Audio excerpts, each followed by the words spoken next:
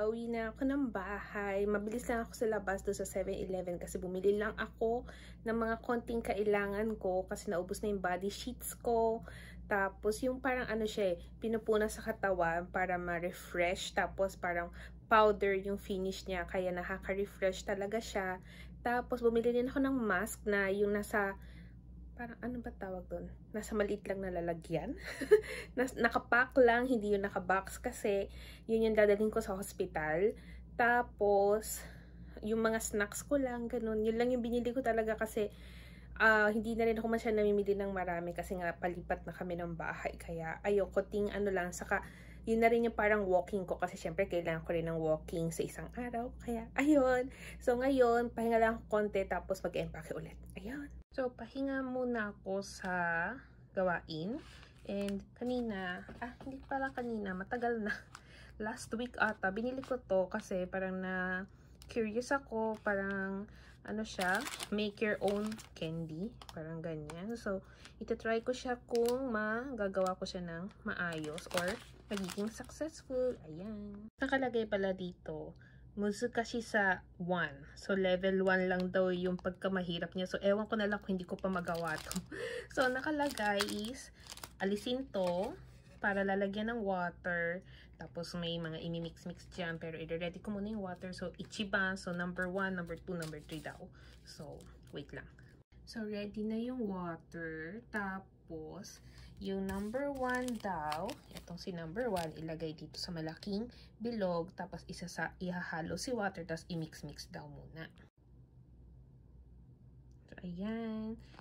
Powder. Nakalagay dito is color parang violet siya kasi grape flavor siya. So, baka pag nilagyan ng water, magiging violet. Ewan ko lang. Check natin. Ayan, naging violet na siya. Ayan, ang satisfying tingnan. Wait, haluin ko lang ha. Ayan na siya. Parang blue-violet ang peg niya na parang may glitters sa paningin ko. Ewan ko lang. Ayan, tas yung amoy niya super grape na parang frutos, ganon. So, number 2.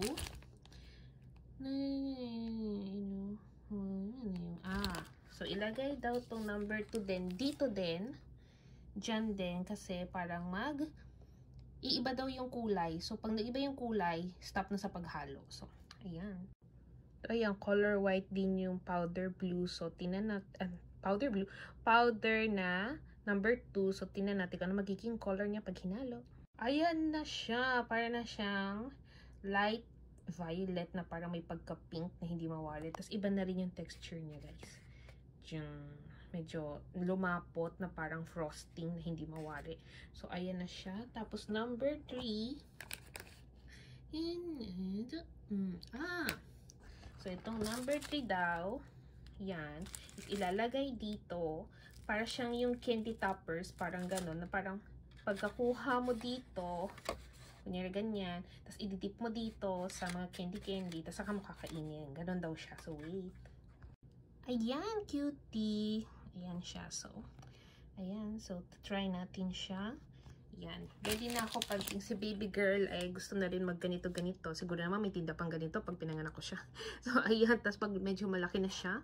Ayan. So, marunong na ako. So, magagawa ko siya. Magaguide ko siya kung ano yung mga kailangan gawin. Kaya, ayan. Kain tayo.